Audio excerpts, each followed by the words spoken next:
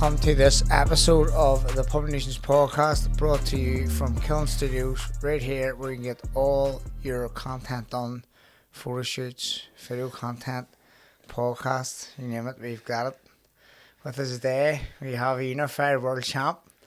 That's correct, Burnett. How are we, mate? All good. I'm glad I finally got invited on this. Been wanting to do this one for a while. Nah, this is well, you know what? I'll take that as a fucking compliment, because there's lots of podcasts these days. It's mental, mate. I get asked all the time to do the podcast, and I never really do them. I only sort of do them for people I know and my mates and stuff like that. So, well, thanks. I'll take that anyway. But since you're a pen, well, I'll do this one. That's it. Yeah, listen, it's all about the Benjamins in this game, isn't it? So how's life been anyway? How you getting it? You know, like obviously we know you've got the gym and you're coaching fairs and stuff like that. How you finding it anyway?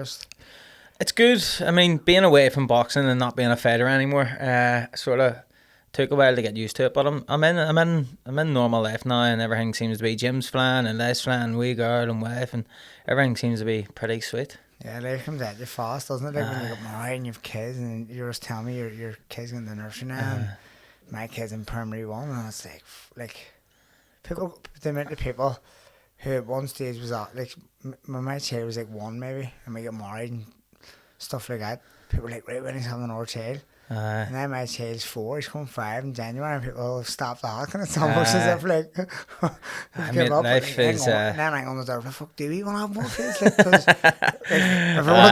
I know. She's saying the same thing, and I'm always like, I fucking what else would you do? I've always got a holiday. I just keep saying to her, like, she brings something up about maybe have a kid, don't know, and I was like, do you want to go to Dubai? Avoid the conversation. But you don't want to go to Dubai pregnant, so maybe we'll do this here one this summer, and then sure, maybe comes around the summer here. Do you want to go to Dubai next year? I just keep picking stuff. That's the way we are. It's fucking heavy, but it's like it's mad how quick life goes fast, and it's just like seems like fucking click of a finger, me and you were fighting each other in the Anthems. What was that, boy 3, was it? I must have been 20 years ago. Would that have been crazy? More, 21 years ago, 25 years, so that would be about 21 years ago. It was like that's 12 mental. or 13. That's mental. I remember, because I always remember you were always way later than me. Like, and not way later, but like a weight or two below. I was like 31, I think, and you were 29 or something. That boy 1, and then boy 2, I was 33, and I thought you may have started the year 29 again, then 31, and then it was boy 3, I was like 36, and then my mate messaged me, I was like, I got to walk over. And he was like, you're afraid to remember that? I was like, well, no, I'm not. I can remember it. I swear I remember this clear. I was like, Mark Ray says, you're afraid to remember that in the final on Saturday night, or on Thursday night. And that one, I was like, remember that's 33? And then I looked at the programme, and I was straight there. I was like, fuck, I have to weigh in again. Me and you were like the top dogs at that point, is that right? I think I remember. Because you obviously, you were with the All-Irelands below me, they were below me, I think, and that was like the first year I didn't get down to Dublin. You beat me. I was heartbroken. I was like, what the fuck? I remember getting the ring, and I was cute. I was still a bit taller than me. Right, I can remember that. I'm a fighting this fella. And then obviously you beat me, and I was like, fuck, I'm not going to get down to Dublin this year. That's me, like, because it's mad when you're a kid. Like, I think it's all different now, but we only had the Anthems. Well, we had the Ulsters, and then the Anthems and the All-Irelands, and that was it the rest of the year. So, like, we were fortunate enough. Holy Trinity always kept us busy with we club shows and we trips away. Like, we went to like Middlesbrough and stuff, where we were lucky. Some of us went to America and all, but if you could beat Anthems, your season's over. Like, your season's over, and that was me. I was going, fuck, I'm dead here. And then, but then I was a wee bit like satisfied. You went down and won them again that year, and I was like, and then you just kept winning them every year. That's it. I know. It's mad. I can't believe how, like you said, time flies that fast. We're sitting there talking about a situation that happened 21 years ago. That's crazy, 21 years ago, like, you know. And then, because you must, like, when I'm speaking, like, obviously Pete Taylor was my coach. He's been like around boxing like for like years and decades, and he knows all the fighters, past, present, whatever. He's always been around with them all. And it's very rare that you see, when we speak about this, it's very, very rare that you see anyone who's won like schoolboy championships right through, and go on to progress as like a professional. Everyone, you know, they all sort of, when you get a wee bit older, everyone sort of pops off, don't they? And then the boxing. You were like probably one of the only ones that probably done it right up to that like level, senior level, and then go on to the pro. Like you were probably the only one. Obviously, like, when you think back, like there was, like, I remember Davy Joe Joyce now. When they were a year older than us, I think, and he won everything. Right up until he was like 16, and he stopped. Maybe Joe Ward as well. You and Joe Ward are probably the only two. But me and Joe, as a pro, Joe just hasn't excelled. And sort of a bit stalled a wee bit. I know. It's mental too. He's good enough too. Like he's good enough to go on and be anyone the pretty scene. Just doesn't get the opportunities. I've always said the amateur game and the pro game is two different sports. Big time. And it shows when people try to transfer over from amateur and the pro, and you can be unbelievable amateur and then just not the same as a pro, or else you can be a terrible amateur and unbelievable pro. It's mad. 100%, and it's one of them things where people always try and. I remember when I turned pro, like Danny Vaughan and stuff, were like, you need to sit down on your punches now. But then I'm back with Peter, and Peter has me moving, going, don't worry about that, there's box. If you can do 10, 12 rounds, do it. Don't get hit. Don't get hit. But see, when you get hit as a pro, it's a lot harder than it is as an amateur. I know. The smaller gloves, like the difference is. I love that though. Seeing I turned pro, I was always like, I can't wait to hit someone big in the face with 8-ounce gloves on. I know. These really tiny gloves. I know, but it's like, it's fucking two, like you said, it's two different sports. One's a sprint, one's a marathon. And then, like as we've seen on many occasions, a lot of the great amateurs don't make great pros, you know what I mean? Yep. And then there used to be this thing where people had like that peekaboo style, you know, like come forward fighters used to be like, he's going to be a great pro. And I was going to be like, because they're going to get hit with wee small gloves on, coming forward. They all end up fucking battered. I think, who was it? Like Davey Oliver, Joyce, Paddy Barnes. Ray Moylett. Remember Ray Moylett was world champion amateur. He was best in the world as an amateur, and then turned pro in that like peekaboo style. Just doesn't really work as good as it's in little tiny gloves getting cooked in the side of the ear. Hit. It's like, when you think of all the greatest boxers, they don't box where they like come forward like that. No. But I always remember like a stigma around it being like, he has a great pro style, like Paddy got a great pro style, Davey Joyce great pro style. But then they turn pro and they're getting hit. They're getting wee fucking, it's like getting that Hurley stick. Folks like it's like whack and you're like, oh, it's like hard leather. They're getting there and smelly one, the stain and body shot or something. You're like, fuck. Like I've been fighting journeymen though, and like, you know, like you're just going, you're fucking about them, they're still like coughing, like stupid chat and hits you in the back of the ear, so you're like, fuck. Where'd that come from? You wouldn't feel that with a sponge glove? Nah, I wouldn't feel that in the amateurs, like, you know what I mean? So it's like fucking crazy. But and then obviously, like, when you went pro, like, a lot of people say you went pro early, but when you look at the career you've had, I can go back and go like, no, he didn't. Like, you know, like people, he had the, like, there's always this thing around, especially Irish boxing, amateur boxing, like, you should wait the Olympics, wait the Olympics, and everyone always tries to do that. But like I feel like you went pro at the right time because of the career you had. Anyway, you know what I mean? I think. Do you know what? I probably would have tried to stay on for the Olympics, but fucking Michael Conlon beat me, so he did. So he put me out of it. But then, see, when that all happened, I was my whole thing was, I want to start getting paid like well out of this here, and I just thought at 19, I was like, fuck, I've had enough of the amateur game. Like, I want to see that different style. Like, you could see the amateur style and the pro style, and I was like, I fucking really like that pro style. That's a sort of. You had it anyway from the ways. Even like I remember in the round robin, we boxed like, and I think you beat someone from England like 18-2 or something, and they destroyed him. And I was like, do you know who that was? I can remember being on that team. We were going to Europeans after, and I was like, he's just fucking battering people here with like 40 punch combinations, like boom, boom, boom, like 3-4 phases. I was like, it's just. Know who that was? Charlie Edwards. Was it? Charlie Edwards. Charlie Edwards. We were actually speaking about that fight. You destroyed him. I was like, he got disqualified for biting me. That's it. He got disqualified for biting me. He's making computer scoring. That's right. I remember being like, fuck me, yeah. See if I had a bit you too. I had to go and chile, man. Because it was just, you would have said him when you wanted. I was like, this is ridiculous. And then he went on to win a world title as well. So it just goes to show you like how good you were at that age. Like, and as it was so explosive, it was like boom, boom, boom, boom. Like it was so electric.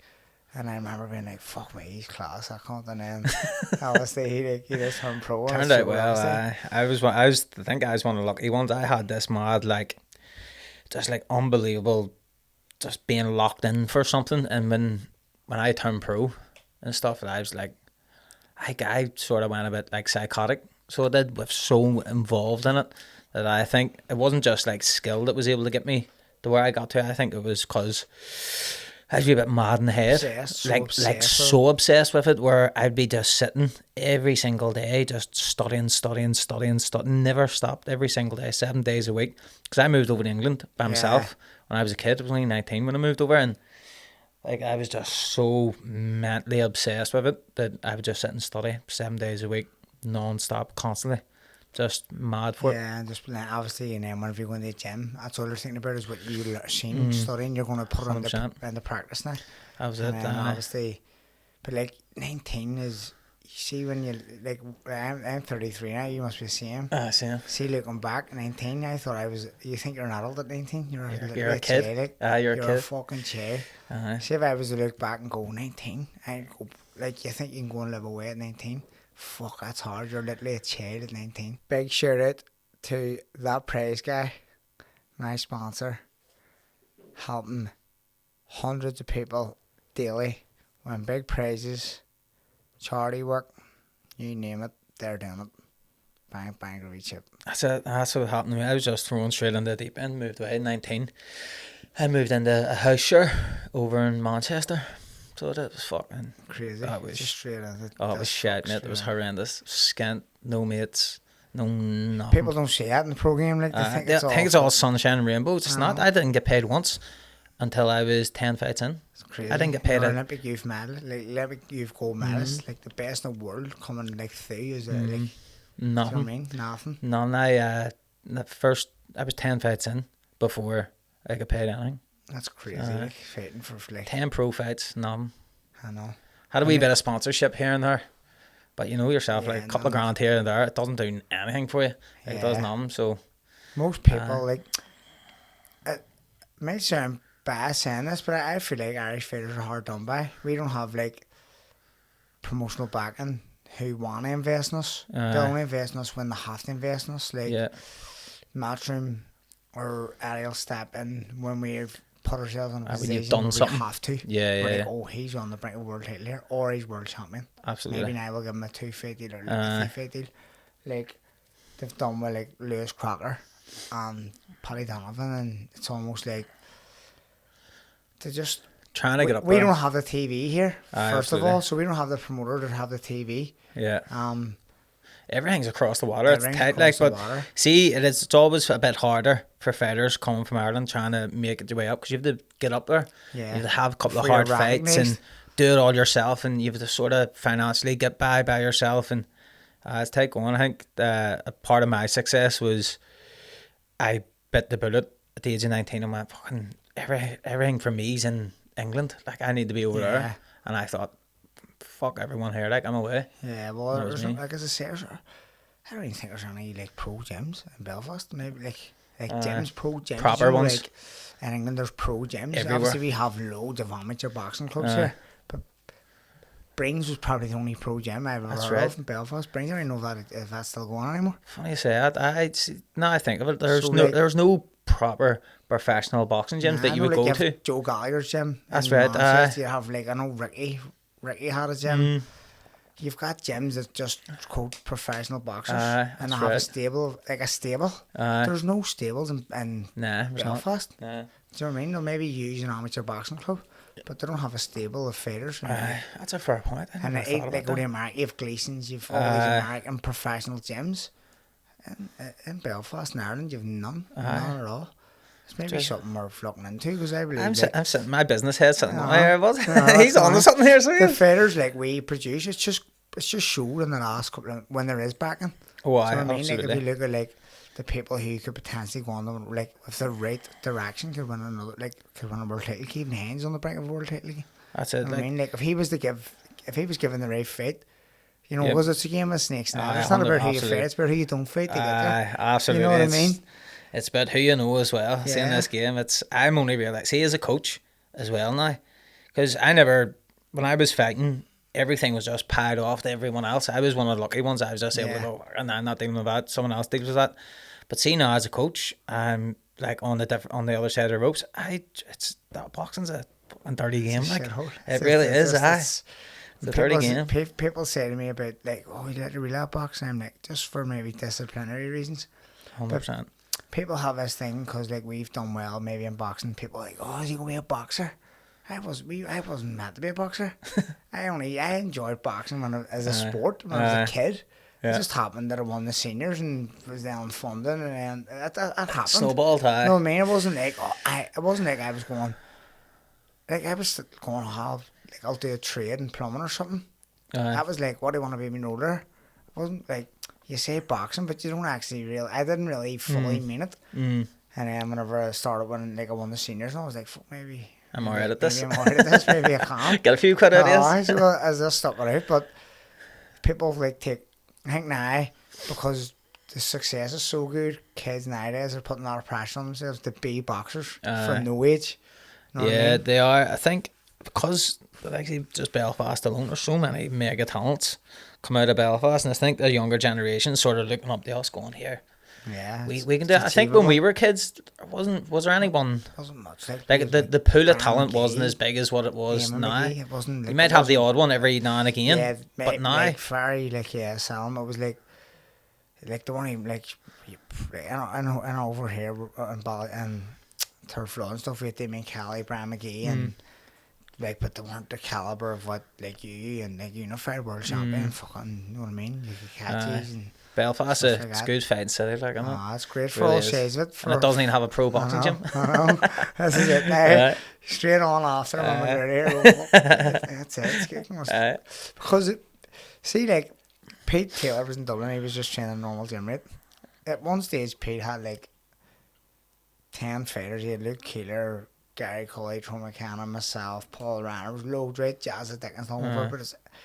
People want to train with Pete, but they can't come to Dublin because it's too expensive. I was like, why just go to Belfast? He would have cleared up in Belfast as well. Oh yeah, I mean, fucking, like, you could rent an apartment, like a 2-bedroom apartment for 850 quid in Belfast, like West Belfast or something, between two people, and they can come and stay here. Like, if you wanted, you wouldn't get that for a week in Dublin. I know, Dublin's I would do you a full month.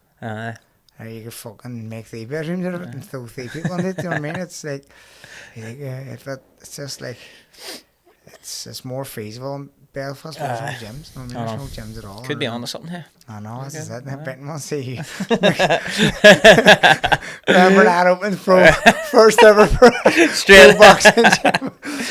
Inspired by Sean McComb. There's a big queue of fighters queuing up to get in. Yeah, but it's just like I just feel like it's because the Belfast is so good at boxing. It's just like it's a good revenue maybe to look into. Never know. You've got your own gym. You just coaching like anyone comes in, or what way does that work for you? I was like, after I retired, and mine's just sort of like an abrupt retirement. I was like, what am I going to do? Like, I've done nothing with my life. Didn't do any studying, didn't do school, fucking nothing. My whole life was, I'm going to be a boxer. I'm going to be a boxer. I'm going to be a boxer. I never relied on anything. So when I was told that's it, fucking knocking it on the head, I was like, what am I going to do here for the rest of my life? Like, and then this common thing was, I'll open up a gym. So opened up a gym. Thank God now I've had the gym 5 years and been flying. Oh, that's good. Like, you always need. That's me. Obviously, I opened the gym before I retired, but like, cause I always, you always hear them stories of like people struggling in retirement and all, and I was always like, still afraid of that, going like, what are you gonna do? Like, because of that. Obviously, I've spoke to people all about it, and it's like, you always crave that wee bit of like attention and dopamine. You want to always be relevant and all, like that you get. But I think like opening the gym is sort of. Like, even after that fight there, I was straight back in the gym. I was in here Monday. I come back on Monday morning, came in here, done a podcast, and then I was straight back. I was in the gym coaching. And it's like, the novelty wears off after the day. No one cares anymore. I know. It's gone like that. Well, I know. Like, congratulations, wee hugs. I'll have a day. And I like that. Straight back at it. Straight back in the normality. I see, to be honest, I think, see what you're doing, I think that's healthy. I think boxers who are sort of starting off with their career could look at you and go, and look what Sean's doing. Like Sean, because I don't know many people that have set plans who are professional fighters that have set plans in place for when they retire already. Yeah. You know what I mean? And I just think so much has to be said for that, because fighters struggle so bad. Like fighters, you see all these unbelievable fighters, and then when the lights go off, that's it. Like the lights are literally off already. Like mental state, or like, did you struggle much? Would you have struggled much, like, in that wee period that you had off before opening the gym, or like? I can remember. It's like a bit like me and my wife speak about this, and I go like, it's a fucking big change of life. Say, like, no matter what you go into, even if you go to, like, even for me sometimes, it took me a while to start to realise, like, I just need to get back in this gym as quick as I can, coach, and just be back to normality. Because everything's normal in the lead up till the fight. You get the fight and everyone wants to be very attentional. I'm like, I need to get in here ASAP and just get this all out of the way. 100%. But it's so, like, before, like, it's took me a long time to get to this stage. And it was like, that year off, like, after the Barbosa fight, I had a year with no fights. See, a full year, I didn't know whether I was coming or going, honestly. It's tight, it's tight going. As I said, people don't see. Like, when I retired, I sort of went off the rails a bit. I went a bit mental, and lucky enough, it was for my wife. She was like, if you don't get a grip of this now, like, that's, like, you're on a downward spiral here. Like, it's going to end up really bad. And lucky enough, she was able to shake a bit of sense into me. And I was a sort of, I had no choice in to get my life together. You need that in your life, I suppose. Like, that's good. That's, like, it's a healthy fucking, like, you need that accountability. Absolutely. And, like, if obviously you, fair play, because you obviously have enough respect for your fucking wife to know when she's right and wrong, for her to call that. Took a while though. You know what I mean? I know it, but it always will. What I want. It always will. I know. Do you know what I mean? It always will, because that, like, but it gets to the stage where, like, surely, like, something's not right here. Like, she's not happy for a reason. You know what I mean? I think when you retire and you can sort of do what you want, and you don't have any of these tags on you that was on you, and they're just gone. Yeah. You're sort of, I drank like fuck. I was drinking mad, and you're spending money like it's still coming in. Yeah. Like I remember I was on really good sponsorship, and I was getting like I was getting good money sponsorship. But when I retired, obviously all the sponsorship stopped. But I was still spending as if like it's coming in every month, and I was just going bang, bang, bang. I was like, this is gonna. Yeah, I think this is going to catch up on me. I was lucky enough, like, I was able to go, right, come on here, knock us in the head. Yeah. And that's when I opened up a gym. No, that's good. Focus me a bit. Obviously, that's like, I know say the people, like, I was like, Tom McCanny won't make me sense. He's a fucking lunatic anyway. He's mad. He has nothing. He has no education. He doesn't want, he's like, nah, I asked him, do your lessons or something, get your driving? Nah, don't want to drive. He just has no ambition. He's running about fucking eating burgers. Mate, I seen him, see, after his last fight, I'm in Windsor, and I look through a window, and there's Tyrone lying on the table getting his eye stitched, and I went into him and I said, well done, Tyrone. And he's like, oh, cheers. And I went to him, like, mate, are you going to retire or what here? Like, everyone watching you, their heart's in their mouth. And he's like, nah, I love it. He loves it. Like, he does. He just loves it, fact. He loves it. And he's just fucking, he just goes back on the pens, eating like fuck, recording. He's like, obviously, they've got the podcast now, but that's not a source of income. Like. Nah, it's not. And it's just he's going to have to keep fighting for income. And it's like, people are going through him. Come on the fuck here. I don't know. That's the sort of the side of it that, fuck you. If there was a bit of, I was speaking to, I was actually, Susie Wong, who makes shorts. I was speaking to her yesterday. And she was saying, like, there's nothing for fighters that sort of can advise them on the way up, because the majority of fighters come from, like, backgrounds where they don't have, like, great social support. You know what I mean? Like, there is not, it's just more like council estate mentality where they don't do much or something like that. And coming up, they're not advised, like, this is going to end at some point. You need to start saving for this or doing this or doing this, because the amount of fighters that have reached out and said, people who are retired, like, here, mate, like, what are you doing? I know. Like, I was just one of the lucky ones where I was able to, a couple of quid here, I'll open up a gym. So I'll keep me focused. But loads of fighters, even fighters that reach fucking unbelievable level, like European level and world level, they step away from boxing, and then within a click of a finger, fucking have nothing again. Yeah, nothing. And then it just comes downhill. You know yourself, man. It's like, see, while you're in your career, like in the premier career, there's a lot of investment going into your time away training. You like, if let's say when you're over with Booth, maybe you're paying for digs, maybe you're paying for your nutrition, you're paying for you're constantly you're paying for flights. You're reinvesting each camp. Yeah. You know what I mean? You're spending money as well, and like fights have pulled out. You've like stuff happened along the way, injuries happen, and then you're paying for physios. So you do reinvest, and if you're not on the big money, then you're going to hard, like, because of European level, even British level, you're not getting fucking. There's no life changing money. You're not Absolutely. fucking win a world title and then go on to defend it. And that's where people seem to get it wrong, because it's like you're reinvesting in each camp. So like, camp's gonna cost. Throne goes on the rip, spends it all, and then has to get a lamb of it for the next camp. And then when he gets his purse, he owes it back. Mad. He's a lunatic. Mad. I'd like to see Throne do something away from boxing. So He's had some wee ideas. We trained together for like a load of years, like, and he always has his wee ideas. But when it's like his head's clear whenever before the fight and the lead up to the fight, and he's like, when I do this, I'm gonna get this. And like, don't get me wrong, he's bought his house now, which is good, because I thought that was never gonna happen. I was like, this can't. He's going to This is a true story, right? He fought Anto Upton, right? I think he fought Anto Upton in like April time, and he won that. I think he told me he got $8,000 for it, or in around that. And then a couple of weeks, or 8 weeks later, he fought Jack Carroll, and he got good money for that.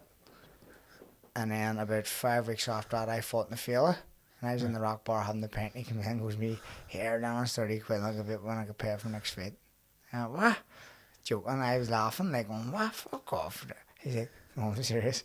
Fuck, Tyrone. Like, that's a side of boxing that And he was laughing his balls off. people don't see. Mad. He was laughing. I was like, Tyrone, there's no fucking way you spent all that money. He's like, I don't know what I've done with it. Yeah, man. I love Throne to bits. Like, So yeah, he's he was a just like, fucking header. I want to shake him. He's a header. What the fuck are you He's an absolute header. And he's like, he just shrugs his shoulders, and he's like, Cracks on, get me another fight, and that's him. And then when he obviously, I was on his case, like, you need to get a house, like, and then they bought the house, thank God. Like, when he fought Regis Progress, then he was able to go and buy the house, and he's a maniac. But yeah, it's a lot. Like, there's loads of people coming through in boxing now that won't ever see that side of it and won't ever think that they'll be that person. But it's very easy to be that person. I'd say the majority of fighters coming up, they see you on TV and they see the glitz and the glam, like, but it couldn't be forever from that. Like, it's really not. It's a hard. What I say to people is, say if I put as much time and effort as I have into boxing for my whole life into something more like another profession, I could be like a fucking scientist or a brain surgeon. Like, absolutely. 4 times over. Absolutely. See what I mean? You could be fucking. You put so much in for as little reward. Like, there's not only a few are able to sort of get to that and get out of it then. I know. Like my mate, like Drew Manchester, he played Irish League, you know, and he always says, this, and it's so fucking true. He's like, see if you were good at football as you are boxing, you'd be a multi-millionaire. Multi-millionaire, and it's easier. And he always laughs, and I'm going, that's true. Like, well, boxing is the hardest sport in the world, apparently, according to ChatGPT. It's the hardest sport. Very fucking rarely wrong, is it? That ChatGPT. Do you know what? I would say probably is hardest sport in the world. Like, there's so much pressure on it, because like, when you're what goes through your can you ever remember back what went through your head, like going on their fight? Like, when would you really, like, when would you get most nervous for a fight? Mine's is all, I'll say mine. So, like, when you weigh in, no, you don't curve, you just want to weigh in and eat what you want, so you don't curve at the fight. Once you weigh in, go to bed that night, I'd be sweet because you have a full belly going to bed. Then you wake up next morning, go down and get breakfast, and then, see, I go back and chill out my room that afternoon for like a wee hour or two. Yeah. See, that hour or two, I'm like, my heart, I'd be overthinking everything, and that's when I get my most nervous. When I get the change room, bang, gone. Nice, calm. Just relaxed. For me, I didn't really get nervous. I program my mind. So my thing for me was, I don't think I'm skilled enough to be a world champion. But if I can do something else, then I might just get the world level. So I was like, if I can make my mind mentally strong, then I might be able to be a world champion. Yeah. So I used to condition my mind in a way that, like, I wouldn't really get nervous. and that sort of stopped me Yeah. from getting nervous. I used to see, to be honest, mate, I was a lunatic, like a Just proper, obsessive behaviour, like a lunatic. I can remember like I would condition my mind for like violence. Like I wanted to like really hurt someone to the point where I'd be just fantasizing over like, it's not sounds mental, like, but like how badly can I hurt them? Like, can I really hurt them? And then I made that mindset that's just the mindset that I thought I had to get myself into. But then I can remember, like, it doesn't switch off then, because you're conditioned that much. It doesn't switch off. I swear to God. People I swear to God. So I would be, after a fight and everyone goes out for a few drinks, but my wife, she knows me, like. Yeah. And I'd be standing in a bar, and this would happen for like about 4 weeks after a fight. Say I went out for a couple of drinks or whatever, I'd be standing, I'd be like, I want someone to say something to me, like, 'cause I just want to, and she'd come over to me and like, come on, wise up to yourself a wee bit. Yeah. But for me, that was the sort of mindset that you created for had your to be success. I had to be in that like almost psychotic mindset to get to probably where. Yeah, no, I suppose that I believe like a mindset like that goes hand in hand with your style. You know what I mean? Like you're so like explosive, like, but you're obviously skillful, but you're like explosive. Like that. Where mine's more like I'm more relaxed. I have to be relaxed. So when I'm in the ring, I have to be just pure chill. See if I'm up like fucking, if I'm trying to hurt someone, I'll make mistakes. Counter or do like I done fucking last week. I'll just I'll do stupid stuff. I'll carry away, technique goes out the window, everything goes out the window, I'll start forcing stuff, and then next thing I'm fucking naggered. Putting action out into my punches, I'm like, and I'm like, God, so I just like to be pure relaxed. Nice and chill. I'm happy enough to go 12 rounds. I'd rather like embarrass someone over 12 rounds than go on and fucking try to take your head off. Suppose everyone's different. That's what I mean. So it's like it goes hand. Clearly works for you though. That's what I mean. Everyone's different mindset's gonna be different. Like, but how did you come away from it? Did you just gradually like over the like say you say it's up to like 4 weeks after the fight, and then you have to turn it back on again when camp starts? It must have been really hard. Like it must have been hard to be like. It was up like and down. Up down, and it's like. People say boxers are selfish, but I don't think they mean to be selfish. But I would say that's one of the most selfish things about it is like we have to create this mindset for our job. Absolutely. We carry it into our personal lives where we don't mean to, but it just becomes a part of who we are. Then our fucking wives suffer, or like my kids suffer. But that's not me intentionally being selfish just to be a dick. That's just happening because that's how we're programmed. Well, you're getting ready to fight another man. Like, you mentally, to get in that state, you have to be sort of selfish and sort of disregard everyone else to put yourself in a state where, like someone could die here. Yeah, like it is. 100%. Someone could die here, and I don't want that person to be me. Yeah, so, like, you have to get yourself in that mindset, which is mental. That's insane. Like, and then you, like, cause I remember you did your back and against an area. I was at it over in Glasgow, wasn't it? Josh Taylor Street. No, I was at it, and because we were living in Glasgow at the time, me and Tyrone and that, and you were boxing fucking beautifully, like, and I was like, fucking in your back, man. And I was like, what's he done? And then you try to get up, and fade on. I was like, fuck me, he's done fucking destroyed. I don't know if you can tell. I'm sitting here moving now. My back's in fucking bits because. Fucking still gives me jip. So those, but the fucking back went down, man. That was it. That was the beginning of the end of Burnett. And then, like, it's mad the way like things are laying, because if that had, like, you were winning that fight. That was like I was going like, this is fucking lethal. I remember you were in the corner and you were like, and he threw like a combination. And he missed a response. I was like, fuck, and I was like, he's gonna win this easy, like. And then. You were like on the fight and stuff like that's like that's pound for pound shit. I know. And that's the potential. Yeah. And then obviously you come back and you fought in Ulster Hall just for like was that like a farewell? Did you know going on that? Nah. I thought maybe if I can just get back going, if I can get back moving, like shake the dust off, I'll be fine. But mate, see, I couldn't do it. Cause your man was a good opponent. I remember going, fuck, he's class. Like, I think he was explosive. He was 17-2. And then I was like, fuck, it's a hard fight to come back to, like, and then you pissed out, like, and then I was like, fuck, maybe we will see it again. But nah, mate, I think after that fight, I was fucked again, couldn't really walk properly, and even trying to get through that training camp was fucking tight going, like. Yeah. But do you know what? I'm glad it happened the way it did, because I was able to get away from boxing relatively young, start something else, and just sort of enjoy my life then at a younger age. I think I retired when I was 28. Yeah. So I was able to step away from boxing and just sort of be happy in a way, like, you know. I know it does. It takes a lot of sacrifice, and it does take a lot of happiness as well. Boxing as well. When you're sitting about and you feel like you're being left out in certain stuff, and you can't do certain things, and you're just like, you just want to take yourself away, and you're just like, you can be like, you're like, Halloween comes around, and I'm like, I can be fucked in on this party here in 3 weeks. Like, she's looking at me sitting. I know. Do you know what I mean? No one sees that. No one sees that brutal side of it.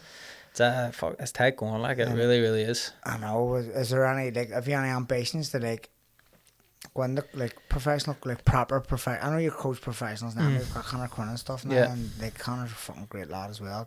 Great fighter. Like, what's your ambitions now? Just to create, would you love to go on coach a world champion? That's my goal. I'm going to coach a world champion. Yeah. Like, 100%. I'm going to coach a world champion. I believe that, like, my knowledge, you need the fighter. It doesn't matter how good of a coach you are. You need the fighter. Of course. So I firmly believe if a world class fighter is there with me, I've got the knowledge. Because my whole career growing up, I was always asking why. So, like, if, say, one of my coaches told me something, I'd be like, here, but why? Why do you want me to? Just so I got a better understanding of it. But then I never forgot it. And I've got this abundance of knowledge about fighting. And I think if I can give that knowledge to a fighter, and they've got that natural ability, that talent, then I genuinely think I can make them a world champion. And that's my goal. I've set myself a goal now, is I want to coach a world champion. Yeah. So I do. So as a coach now, that's sort of now what's taken over my life, being a professional coach. And my thing is I want to coach a world champion. Yeah, and like, as we said before, Belfast creates some. It doesn't necessarily have to be someone from Belfast. Obviously, like, you can be open to fucking having anyone from. I feel like a lot of the coaching in the UK is very standard, and it's like people have this. Like, I've spoke to people who, and like, I've spoke to different coaches in the UK about, like, just certain things, and I'm like, doesn't make sense. And I'm like, he's supposed to be a great coach. Like, I didn't see it. I haven't experienced it with him, but I just feel like it's a wee bit diluted, and it's like they've got 100%. This, like, people. I always feel like people just jump around different coaches in the UK. Like, people, like, one year it's fucking, like, let's say Jimmy Muir's booming, he's got all these fighters, and then next year he's none. He's none. Like, Jack Harrell left him now. Like, I'm not like Jimmy Muir. But my experience with Jimmy Muir when I was over sparring and stuff, I thought he was a decent coach. I thought he was a good coach compared to a lot of the other ones that have been around. So I don't understand why. But, like, one year he's up for coach of the year. He's got Frampton, he's Stevie Ward, he's fucking Jack Carroll, he's all, like, he's everyone. He's Chantel Cameron. They've all left. They're all gone. And I'm going, like, I think if it's not going well for a fighter, I think it's easy for a fighter to go, that wasn't my fault. It was potentially the coach's fault. I'm moving coach. That's right. It happens too often. Yeah, happens all the time, and I think it might be just a thing where fighters someone can needs just to go, point the finger somewhere. It's like not taking the blame yourself. Or, like, I said this last week. I give a lot of credit to Lewis Crocker for staying with Billy Nelson after the first fight. Absolutely. Because the amount of people who says to me after the first fight, Lewis needs to leave him. Absolutely. I was like, everyone said that. The amount of people who said Lewis needs to leave Billy Nelson, he hadn't a fucking clue what he was saying in there. Fucking Lewis took a beating. Lewis stuck with him. Fair play. And he's obviously, and I know for a fact, if people are saying that to me, I would say loads of people are probably saying that to Lewis with drinking and the one night that Lewis need to leave him, and I'm sure he's getting it. So in the back of his head, you know, it's like when people are telling you to do something, you don't really want to do it because you're not comfortable doing it. Maybe you should. I don't know what's best for me. Yeah. Because I like him, and you hear I don't want to be in this awkward position having to tell him, and his man or like his family are probably saying to him, what do you think, like, you need to leave him and all? And then you're going, tell you, I proved everyone wrong, didn't they? Proved everyone wrong, and they stay with Billy Nelson, and it showed that, like, people can be fucking wrong. They, talking about that, like, they had that planned so well. Perfect. Like, they really did. It's just credit to Billy and Lewis. Like, they just got they proved everyone wrong. 100%, and I honestly can say I didn't expect that from Lewis, but when people were asking me, loads of people, what do you reckon? I was like, different fight this time, like. Aye, And yeah. they were going, I reckon? I was going, well, it has to be. Aye, yeah. Like Lewis can't go out and do the same thing Yeah. again. He can't. Yeah. I didn't know he was going to do that, but that was just my answer. I was like, he can't go out and do the exact same thing Yeah. again. It would be fucking insane. Aye. Do you know what I mean? I remember the build up that fight. I just thought that Lewis and Billy, they were very, very quiet. Yeah. They were a wee bit too quiet. It made me think to myself, He's not confident. or are they playing a game? Yeah, playing the game. They're playing a game. But that's what people are probably thinking. He's not confident. He's not confident. He's not. Everyone was saying to me, Yeah. here, fucking, see Lewis there? Not. He's like, he's just not saying anything. Yeah. But I was like, is that on purpose? Clearly was on purpose. 100%. Fucking nailed it, so did both of And them. even like the performance, it was just so patient. Aye. Just patient, Powerful. patient. And it worked. And credit the fucking Billy, credit the Lewis. And they got the job done. And Yeah. a new world champion. That's another IBF. That's like, we're flying now with IBF. You can't see us. I think there's 5. I was actually talking there to is. Carl there the other day. Dave Boy McCauley, Otto, myself, Carl, and I Lewis. Lewis, I think that's what it is, the 5 of us. 100%. So I'm trying to get 5 of us together to get a photo. That'd be So I am. class. That'd be So amazing. I'm trying to contact everyone. Kakachi doesn't get back to you about anything. Like, it's just impossible to get a hold of Kakachi. Fuck's sake, Lewis is like, 100%, no problem. Carl's like fucking Mr. International. I know. He's all over the gaff, so he is. When I Carl's on the podcast in a couple of weeks, and this has been like rescheduling loads, and he's like, I need to check him with that. He's so fucking organised.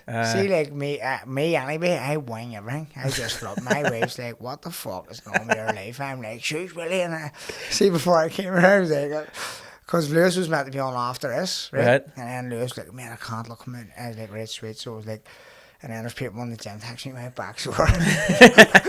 I'm like, fuck sake. And then she's going, when you text this about it, and I'm going, and then she's going, when you get the back doors fixed.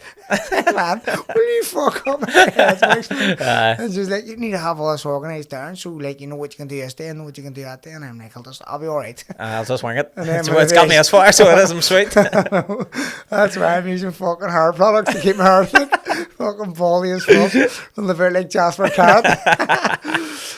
But no, it's like Carl's very organised, so like, but he's like, we can go a state. Okay, Derry, just pencil in, and it's class. But I wish I was like that. But Trying busy, like. to get them organised. So we've got this here group, and I'm trying to organise it all. And I finally got Carl's like, yeah, I can do that. Lewis was like, yeah, I can do that. Otto was like, yep, I can do that. So like, happy days, just me, I can do it. Yeah. And then Carl goes, here, what about Dave Boy McCauley? Should we get him in? And I was like, how am I going to organise this? And I see trying to get them all together, but Carl, Mr. International, he's gonna try to lock him in a couple of City weeks. Hall, someone like the mayor or something should do it, where they just invite you to the City Hall and do like a thing we use, and like it's like fucking iconic, but like it's history making. Should be. Like, these are fucking pillars of like. I don't think boxing pillars all over the city. Like these are all different parts of like. Absolutely. You know what I mean, and I just don't think boxing though gets enough credit. So it doesn't like see what we do, what the fighters do for Belfast, and like how the fighters put Belfast on the map and stuff. I just don't think it's sort of appreciated as. Lewis bringing that fight to Windsor, Carl bringing fights to Windsor, you bringing fights. You also see the tourism it's bringing in, the people it's bringing in, the TV it's bringing in, the yeah. The I just don't think it's as appreciated as well as what like if this had athletics or something. See if this was in America or fucking Spain or something, you'd be classed as absolute heroes. But here in Belfast, it's sort of like, look what Lewis has just done there. He's welterweight, the world champion, probably one of the hardest divisions. Yeah, and like he should be fucking paraded around the streets on people's shoulders. Like it's just it's people shit about that. It's mentality, isn't it? It's like Belfast mentality, just like like people are out for themselves, and it is, especially up in the big hill, up in Stormont. No, they don't go a fuck. Like they just like as much as like they done to do a wee reception for you maybe in the City Hall, but then once you're at the door, it's like right. How do you find out there, like social media, like influencer boxer blogs? Like people have always asked a boxer their opinion. What do you think? Yes, influencer boxer. Me personally, I actually don't mean it. It's because I just don't think it's boxing. It's not professional boxing. It's like, even like the Jake Paul stuff. Hats off to Jake Paul. He's fucking making mega money for boxers on the shows and like Katie Taylor and stuff like that. But at the start, I feel like he jumped into it as just like a fucking circus, but then he started taking it seriously. Actually, not that bad. Man. Like, he run fucking Tommy Fury close enough, like relatively close. So like, hats off to him. But like, I just don't understand why people get so upset whenever they're calling out the likes of Canelo. Surely just go fuck she ways up. But I think it's good for boxing. It brings a whole different audience in the boxing. It's sort of it's just like give this big bright light upon boxing, and it's like you sort of that's the influencer level, and then you've got professional levels, the next level above.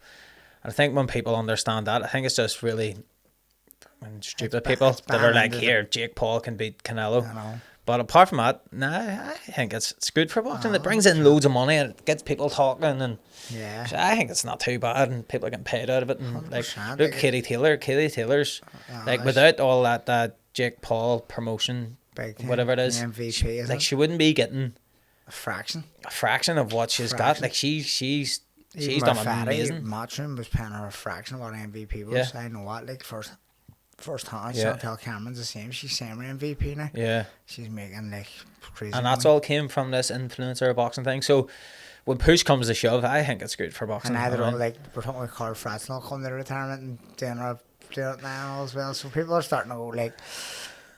People are retiring from professional boxing, like maybe ex-world champions in England, because they're going, it's easy money. Just like people want to stay relevant. That's it. We were talking about earlier about the retirement and the struggle of being retired and thing. That's whenever you start. That's how everyone will be pulled back into boxing again, because they'll miss all that being relevant. You're not irrelevant. You need. I think that's a big thing, a massive thing with boxers. Just touching on that retirement thing as well. They need something. Yeah. They need that kick, whether it's and whatever it is, but they need that something. And now they can find a way back into it with this fake boxing or whatever it is. Getting fucking really hurt and still making lots of money because they're still a big name. You know what I mean? Maybe we may see you make return here. Influencers. I got a message about doing the bare-knuckle fighting. Did you? Fuck. So I got a message. I'll not say what organisation it was, like, but they messaged me about 6 months ago and said, "Do you fancy doing it? This would be the purse and this would be the fight." I was like, not a chance. There's no way that's worth that money. So I just read the message, left it on blank, and then I got another message there about 6 weeks ago.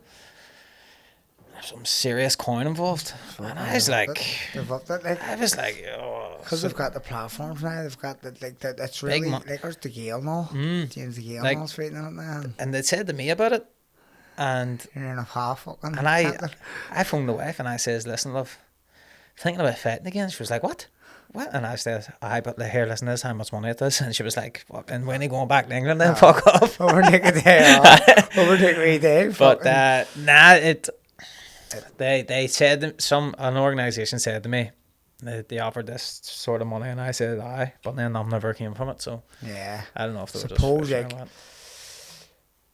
looking at big, like the likes of James the Gilligan there is big for them for the profit, because what they're doing is they want to bring in the big name fighters and the bare-knuckle fighting. Try to make it as big as possible. You're a world champion, ex-world champion. Bring a world champion and bring James again, and then maybe that's what they'll start to do to create bigger names. Like to make this sport bigger, I think they're just trying to get ex-world champions in, and at the moment they're just bunging a load of quid at them where they can't say no. Exactly. You know what I mean? And then they're trying to, invest a bit into the sport. They're trying to make it massive. It's not a sport you want to be getting your kids into, folks. Definitely not. Bare-knuckle. Imagine that. Imagine taking the thing in the gut proper. Nah. But see, like in your hands, how do your hands even hold up?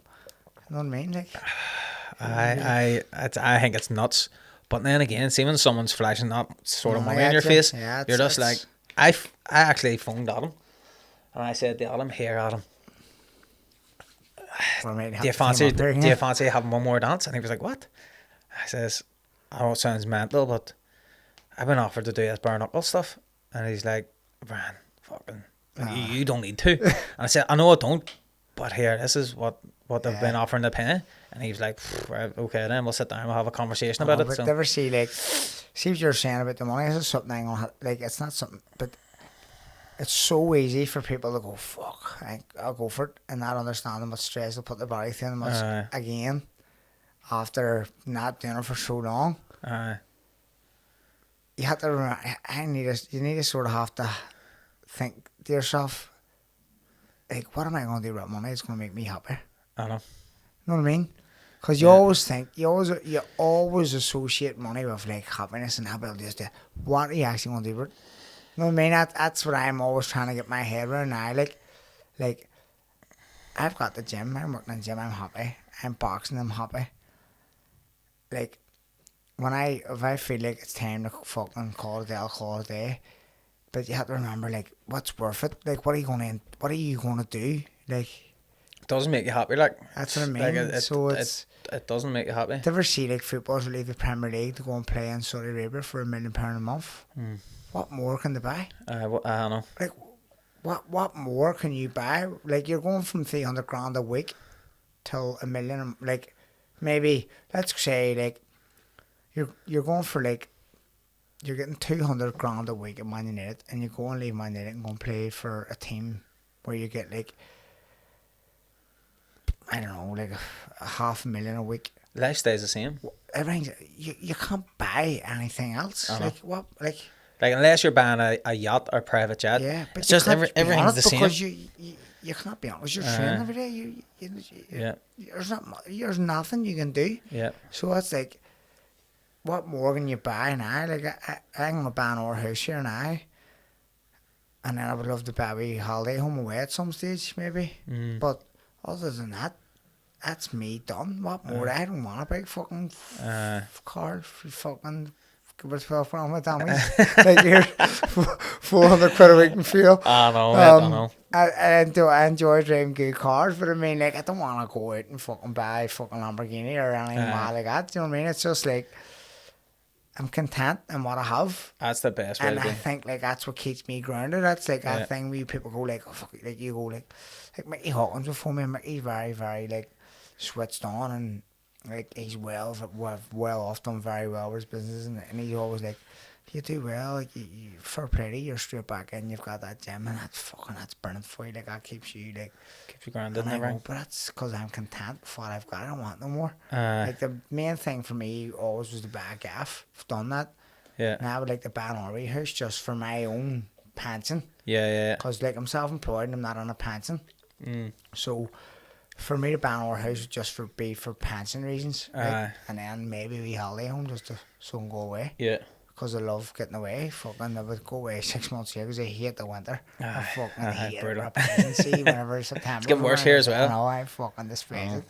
So that's all I want. So if I get them things out of life, like, fuck me, I'll be doing. That's it, you've nailed it. I've nailed it. And anything else can fucking.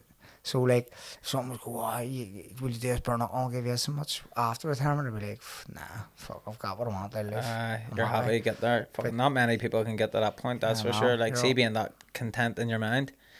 Not many people. I think that is a massive problem of it. People can never get that contentment in their mind. That's what pushes them into doing the bare-knuckle or doing the whatever. That's it. It's mismanagement of finances too. Like, we were saying earlier about Tyrone, like, to spend all his money and then going, I'll fight again, sure. I'll fight again. And it's like, fuck me, you're just fucking loving it, living life for a wee couple of months and then off the fight again. Straight back into it. That's, you're just chasing your tail. Boxing is a mental sport. Crazy, like, it's mental. All them wee smelly hacks that no one sees, like, of life, of like, just find contentment within boxing, do it until you enjoy it. And then don't do anything else. Like, you should be a mentor.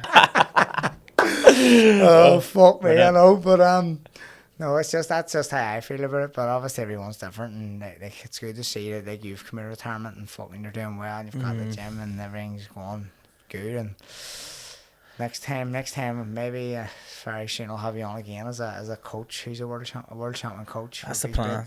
That's the plan. Become a world champion coach. I think that'll be my goal now. Be a coach of a world champion. That's what I want now. Well, listen, You heard it here first. So, and whenever the time comes and he's a world champion coach, we'll be back on and we'll roll this back. But Ryan, I appreciate you coming in, mate. Thanks for having me. You're the Nice man. one. Thanks.